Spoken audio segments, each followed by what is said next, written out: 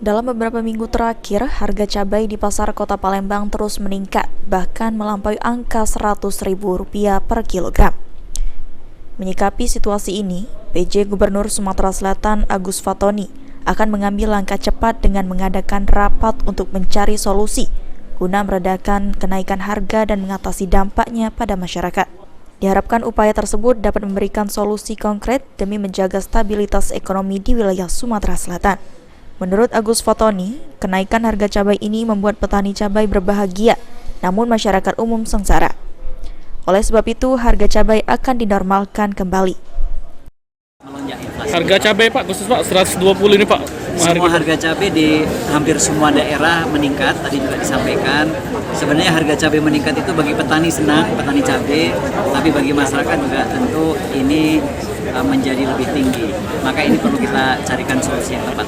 Oke, terima kasih ya. 2023 itu banyak proyek-proyek mangkrak Pak. Seperti apa 2024? Oke.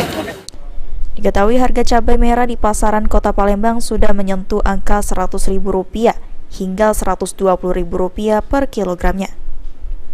Irawan, PAL TV.